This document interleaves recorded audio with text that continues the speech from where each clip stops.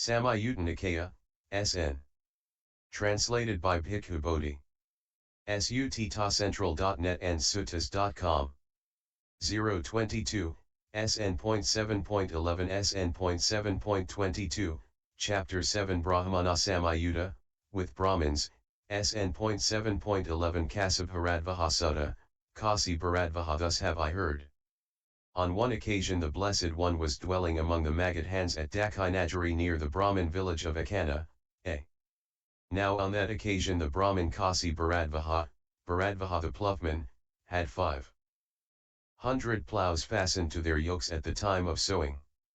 Then, in the morning, the Blessed One dressed and, taking bowl and robe, went to the place where the Brahmin Kasi Bharadvaha was at work.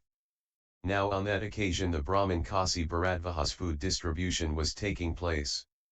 Then the Blessed One approached the place of the food distribution and stood to one side. The Brahmin Kasi Bharadvaha saw the Blessed One standing for alms and said to him, "Recluse, I plough and sow, and when I have ploughed and sown I eat.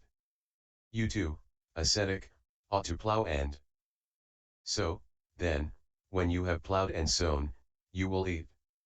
I too, Brahmin, plough and sow, and when I have ploughed and sown I eat."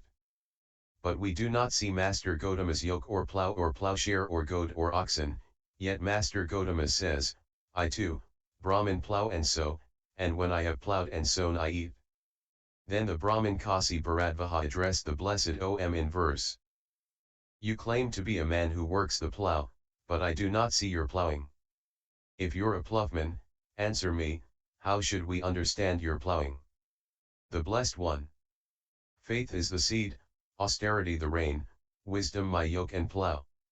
Shame is the pole, mine the yoke tie, mindfulness my ploughshare and goad.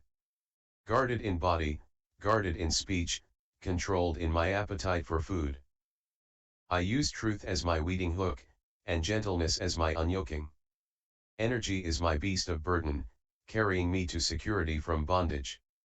It goes ahead without stopping to where, having gone, one does not sorrow. In such a way this ploughing is done which has the deathless as its fruit. Having finished this work of ploughing, one is released from all suffering. Let Master Gautama eat. The worthy is a ploughman, since Master Gautama does ploughing that has even the deathless as its fruit." Food over which verses have been sung. As above. For he is the field for one seeking merit. When this was said, the Brahmin Kasi Bharadvaha said to the Blessed One, "Magnificent, Master Gautama. Magnificent, Master Gautama. The Dhamma has been made clear in many ways by Master Gautama, as though he were turning upright. What had been turned upside down, revealing what was hidden, showing the way to one who was lost, or holding up a lamp in the dark for those with eyesight to see forms. I go for refuge to Master Gautama, and to the Dhamma, and to the Bhikkhu Sangha. Let Master Gautama remember me as a lay follower who from today has gone for refuge for life." A Brahmin farmer criticizes the Buddha for failing to produce food, merely living off the work of others. But the Buddha shows that his true work is spiritual. SN.7.12 Sutta, Buddhaya. Atsavatthya. Then, in the morning, the Blessed One dressed and, taking bowl and robe, approached the residence of the Brahmin Udaya. Then the Brahmin Udaya filled the Blessed One's bowl with rice. A second time in the morning the Blessed One dressed and, taking bowl and robe, approached the residence of the Brahmin Udaya. A third time in the morning the Blessed One dressed and, taking bowl and robe, approached the residence of the Brahmin Udaya. Then a third time the Brahmin Udaya filled the Blessed One's bowl with rice, after which he said to the Blessed One, "This pesky ascetic Gautama keeps coming again and again." The Blessed One: "Again and again, they sow the seed, again and again, the sky god sends down rain. Again and again, ploughmen plough the field, again and again, grain comes to the realm. Again and again, the mendicants beg, again and again, the donors give. When donors have given again and again, again and again they go to heaven. Again and again, the dairy folk draw milk, again and again, the calf goes to its mother. Again and again, one wearies and trembles, again and again, the dolt enters the womb. Again and again, one is born and dies, again and again, they take one to the cemetery. But when one has obtained the path that leads to no more renewed existence, having become brought in wisdom, one is not born again and again. When this was said, the Brahmin Udaya said to the Blessed One, Magnificent, Master Gautama. Magnificent, Master Gautama. Let Master Gautama remember me as a lay follower who from today has gone for refuge for life. A Brahmin complains when the Buddha visits for alms again and again. The Buddha takes the chance to point out that all natural phenomena repeat in cycles, and only an awakened one escapes the cycle. SN.7.13 Devahita Sutta, Devahita. Atsavatthya. Now on that occasion the Blessed One was afflicted by winds and the Venerable Upavanna was his attendant. There the Blessed One addressed the Venerable Upavanna thus, Come now, Upavanna, find some hot water for me. Yes, Venerable Sir, the Venerable Upavanna replied. Then he dressed and, taking bowl and robe, went to the residence of the Brahmin Devahita, where he stood silently to one side. The Brahmin Devahita saw the Venerable Upavanna standing silently to one side and addressed him in verse. Silent, the worthy one stands, shaven-headed, clad in a stitched robe. What do you want, what do you seek, what have you come here to beg? The Venerable Upavanna. The Arahant, the fortunate one in the world, the sage, is afflicted with winds. If there is any hot water, Brahmin, please give it for the sage. He is worshipped by those worthy of worship, honored by those worthy of honor, respected by those worthy of respect, it is to him that I wish to take it. Then the Brahmin Devahita ordered a man to bring a carrying pole with hot water and presented a bag of molasses to the Venerable Upavanna. Then the Venerable Upavanna approached the Blessed One. He had the Blessed One bathed with the hot water, and he mixed the molasses with hot water and offered it to him. Then the Blessed One's ailment subsided. Then the Brahmin Devahita approached the Blessed One and exchanged greetings with him, after which he sat down to one side and addressed the Blessed One in verse. Where should one give a proper gift? Where does a gift bear great fruit? How, for one bestowing alms, does an offering bring success just how? The Blessed One. One who has known his past abodes, who sees heaven and the plain of woe. Who has reached the destruction of birth, a sage consummate in direct knowledge. Here one should give a proper gift, here a gift bears great fruit. That's how, for one bestowing alms an offering brings success just so. When this was said, the Brahmin Devahita said to the Blessed One, Magnificent, Master Gautama. Magnificent, Master Gautama.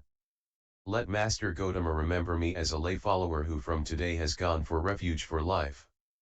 The Buddha is ill and sends his attendant monk Upavada to fetch some hot water. A Brahmin gives him not just water, but also molasses to ease his stomach. Later the Brahmin visits the Buddha to discuss generosity. SN.7.14 Mahasala Sutta, the affluent one. Atsavatthya. Then a certain affluent Brahmin, shabby, clad in a shabby cloak, approached the Blessed One and exchanged greetings with him.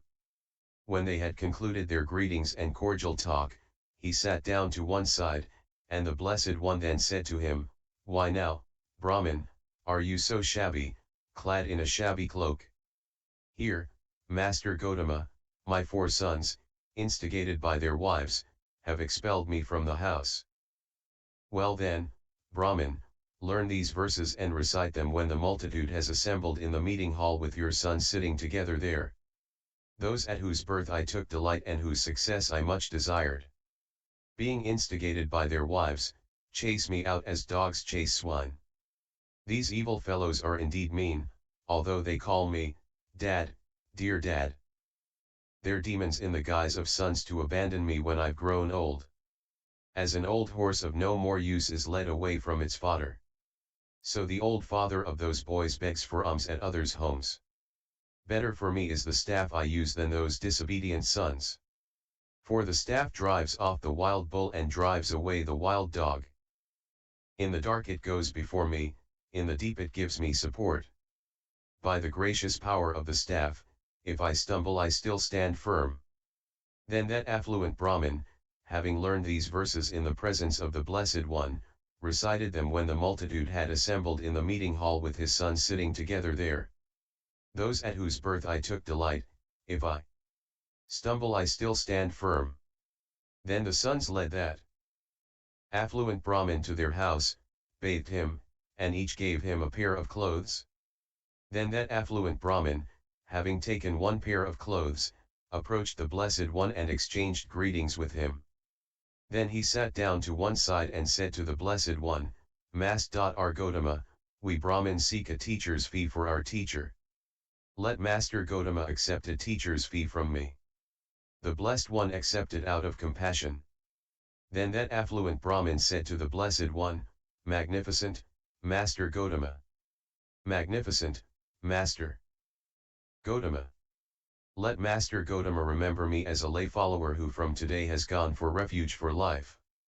A Brahmin in shabby clothes has been kicked out of his home by ungrateful sons.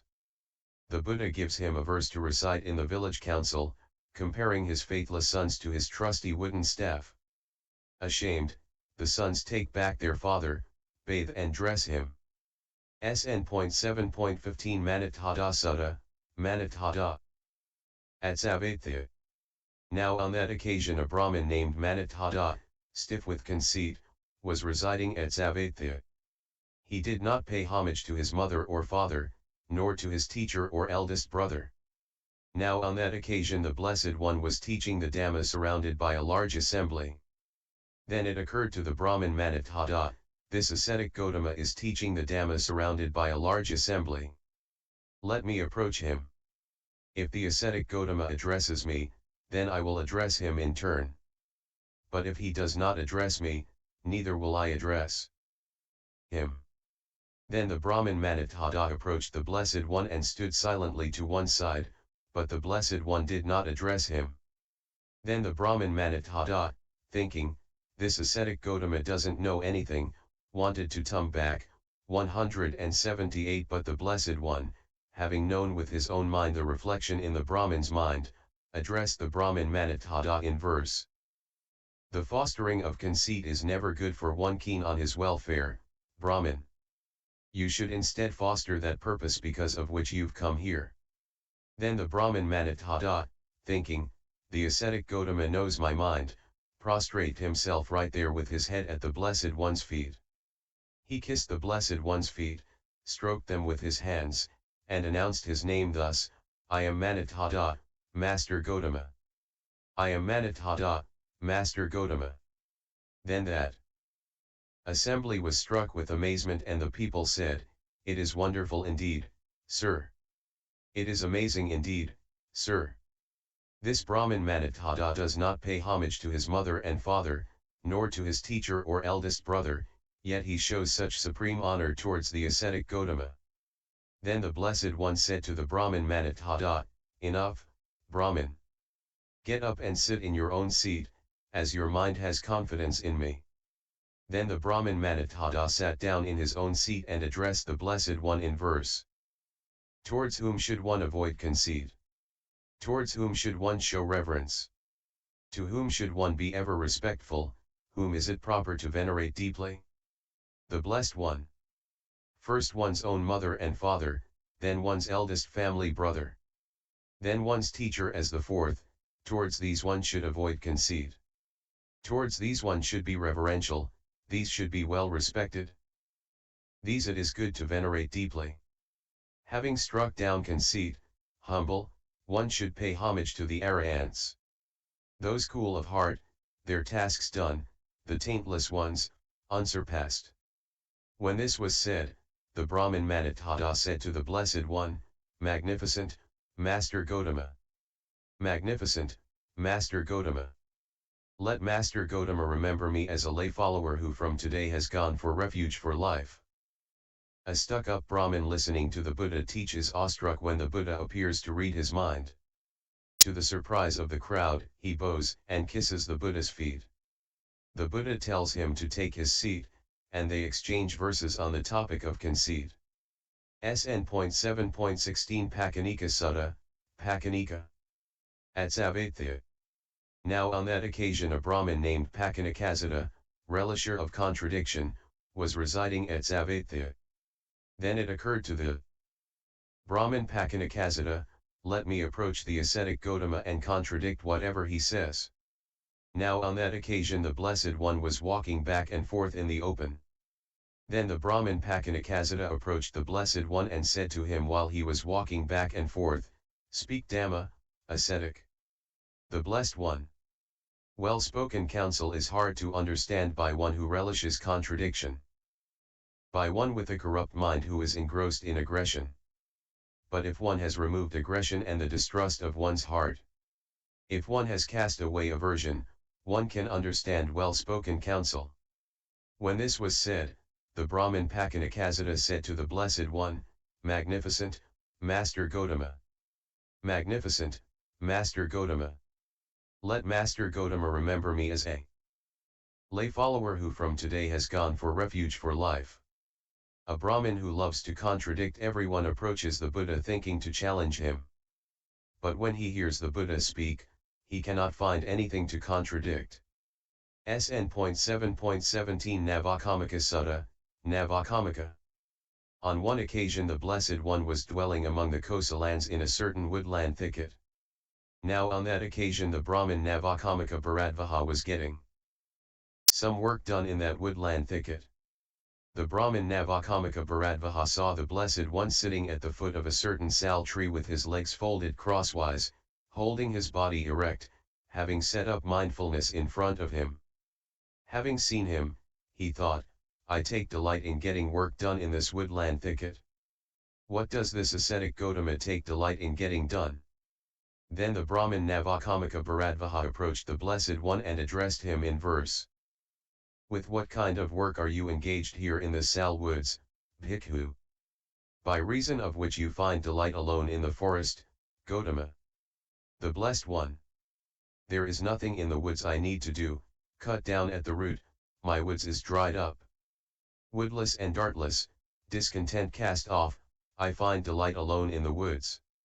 When this was said, the Brahmin Navakamika Bharadvaja said to the Blessed One, Magnificent, Master Gautama. Magnificent, Master Gautama.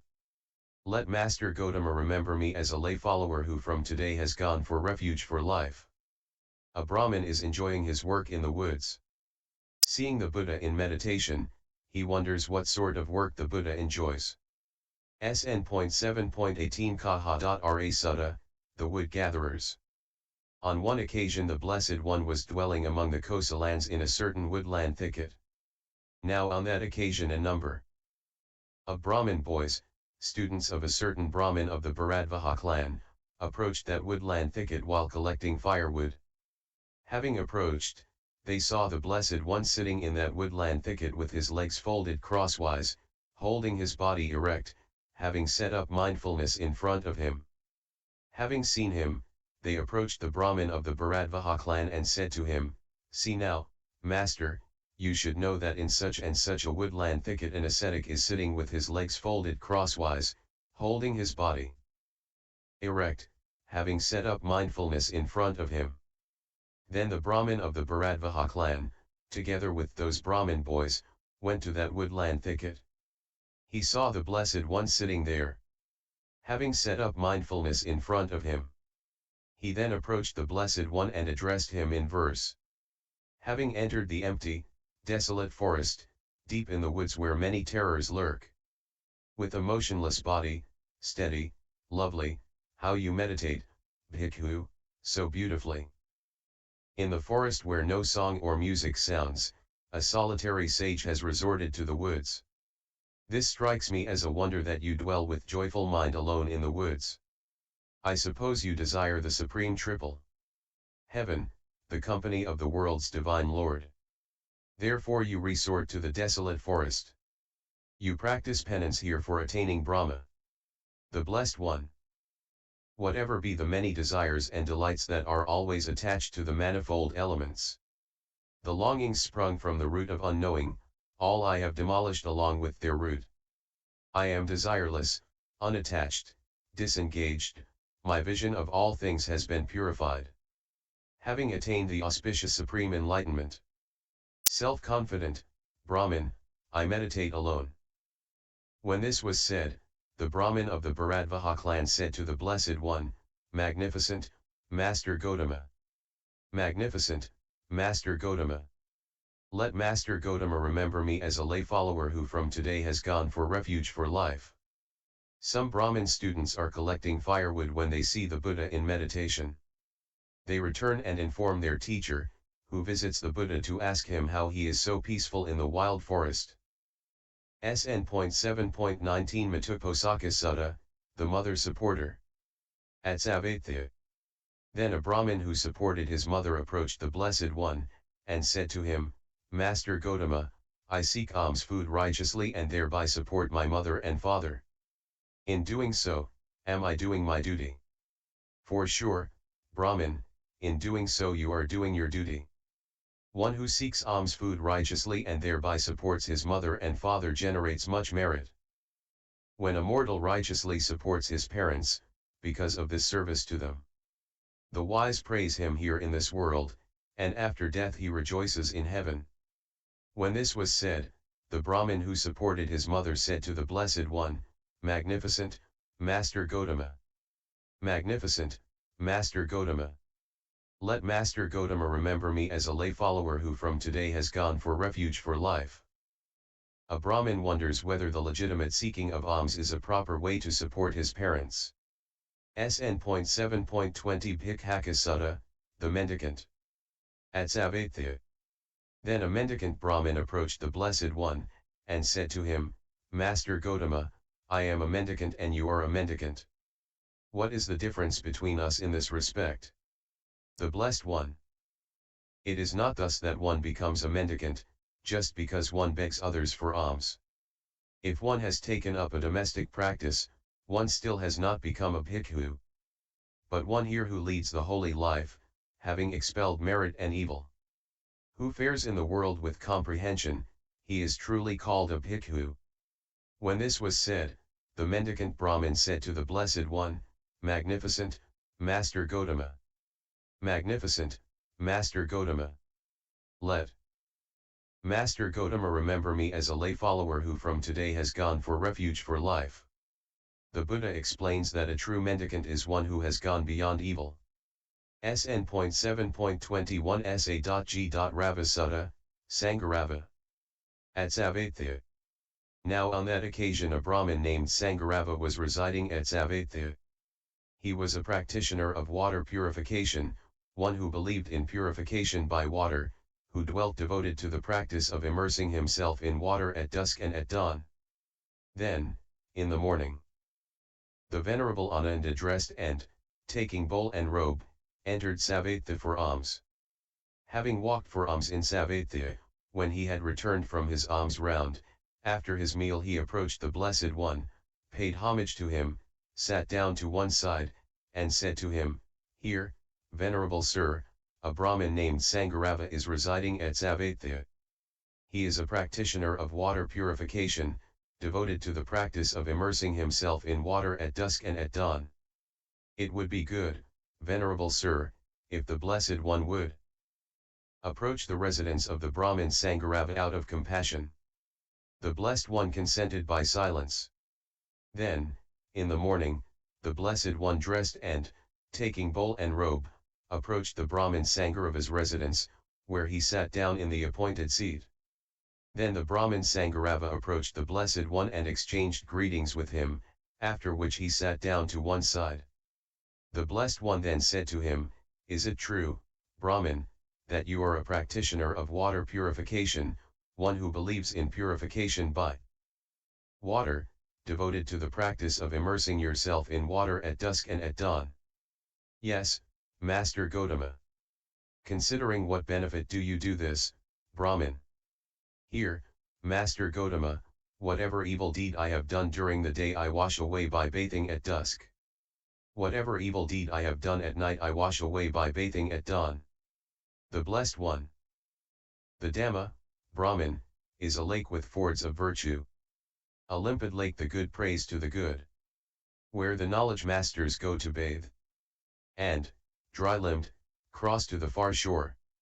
When this was said, the Brahmin Sangharava said to the Blessed One, Magnificent, Master Gautama.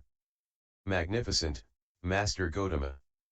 Let Master Gautama remember me as a lay follower who from today has gone for refuge for life. A Brahmin believes that by bathing he can wash away his sins. But the Buddha speaks of the Dhamma as a lake for true purification. SN.7.11-SN.7.22 Kamadasa Sutta, Kamadasa. Thus have I heard. On one occasion the Blessed One was dwelling among the Sakyans, where there was a town of the Sakyans named Kamadasa. Then the Blessed One dressed and, taking bowl and robe, entered Kamadasa for alms. Now on that occasion the Brahmin householders of Kamadasa had assembled in council on some business matter while it was drizzling. Then the Blessed One approached the council. The Brahmin householders of Kamadasa saw the Blessed One coming in the distance and said, Who are these shaveling ascetics? Don't they know the rule of order? Then the Blessed One addressed the Brahmin householders of Kamadasa in verse. That is no council where the good are absent, they are not the good who don't speak Dhamma. But having abandoned lust, hate, and delusion, those speaking on Dhamma are alone the good. When this was said, the Brahmin householders of Kamadasa said to the Blessed One, Magnificent, Master Gautama. Magnificent, Master Gautama. The Dhamma has been made clear in many ways by Master Gautama, as though he were turning upright what had been turned upside down, revealing what was hidden, showing the way to one who was lost, or holding up a lamp in the dark for those with eyesight to see forms. We go for refuge to Master Gautama, and to the Dhamma, and to the Bhikkhu Sangha. Let Master Gautama remember us as lay followers who from today have gone for refuge for life. When the Buddha approaches a Brahmin council in session, they complain that he is out of order. End SN.7.11-SN.7.22